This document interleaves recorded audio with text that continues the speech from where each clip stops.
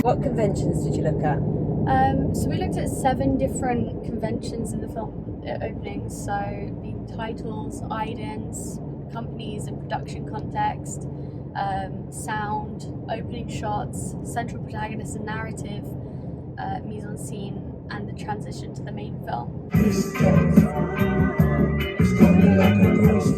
So what genre of movie did you look at when you were thinking about these conventions?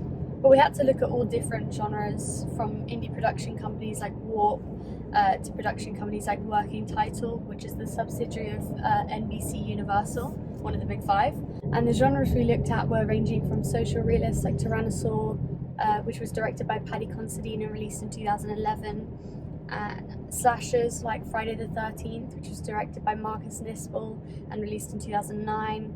Rom-coms like Bridget Jones's Diary, which was directed by Sharon Maguire and released in 2001. And of course zombies, the subgenre of horror, like Dawn of the Dead, which was directed by George A. Romero and released in 1978. And it's important to have a range of research as a lot of conventions are shown across different genres. So we made sure that was one of our first tasks. And then we started looking at some zombie movies more in depth, especially the rom-com hybrid genre. So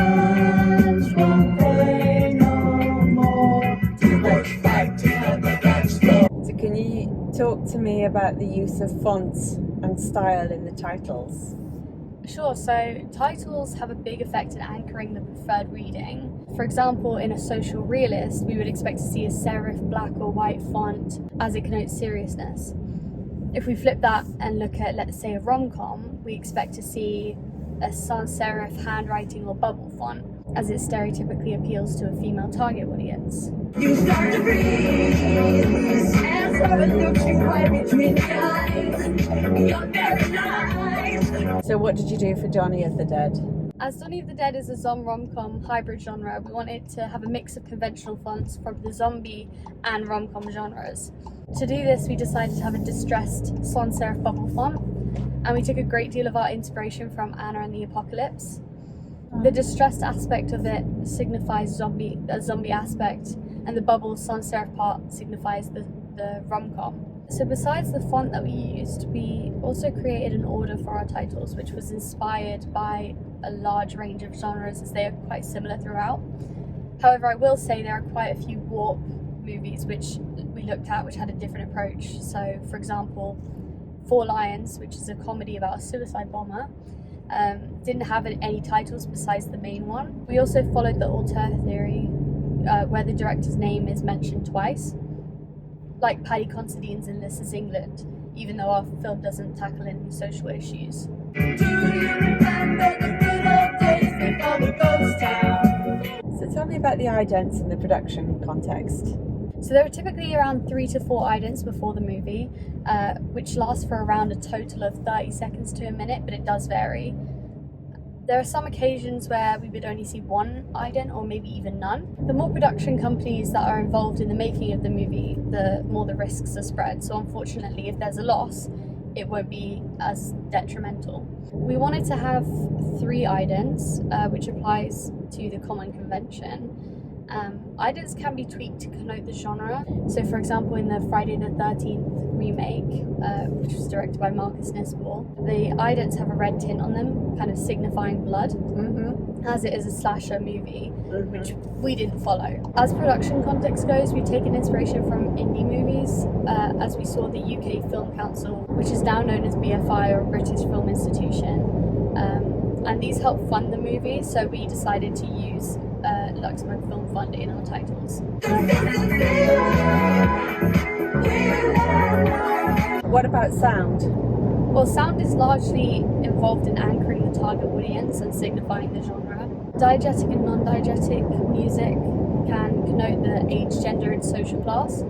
A common example of this would be like heavy metal signifying a younger, male, down-market audience, whereas classical music or jazz would connote a upmarket, older audience. Okay.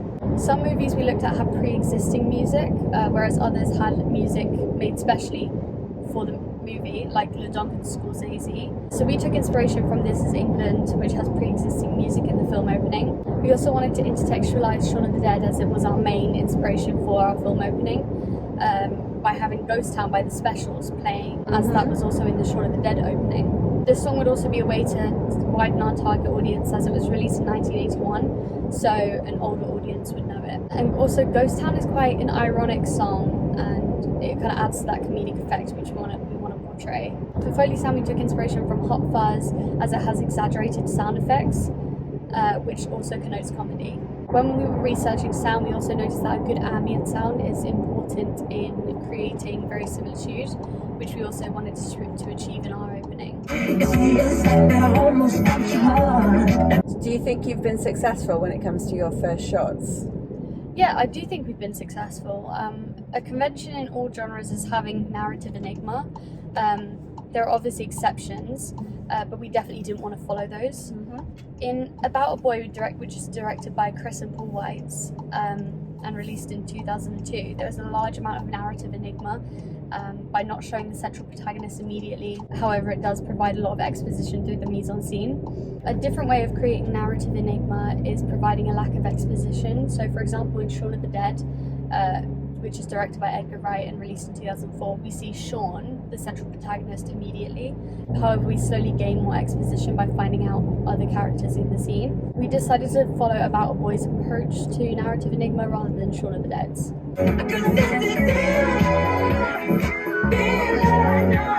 So you mentioned the central protagonist. Talk to me about that. Sure, so we took a lot of inspiration from Shaun and Ed from Shaun of the Dead, as they're the stereotypical slob, and we wanted our protagonist to be like that. We tried to create this through the mise-en-scene and costume. To anchor the central protagonist, there are quite a few techniques which we've seen in many films, such as being centrally framed according to the rule of thirds, and tracking shots on the central protagonist.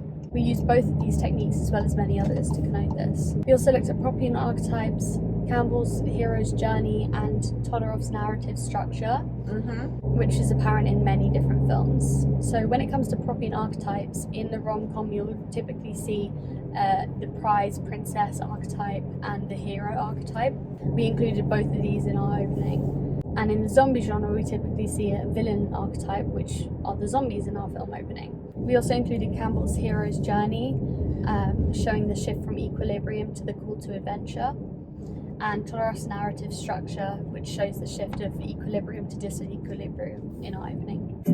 This place is coming like a ghost town.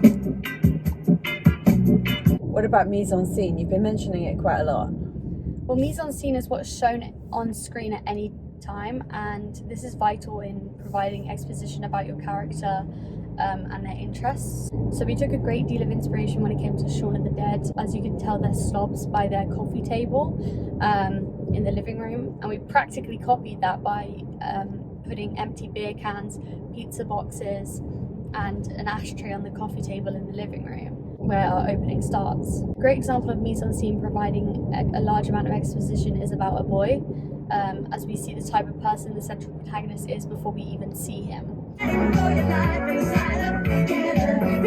How did you transition into the main film? In our research, we found a lot of title sequence which separated the opening to the main movie, but we didn't really want to follow that.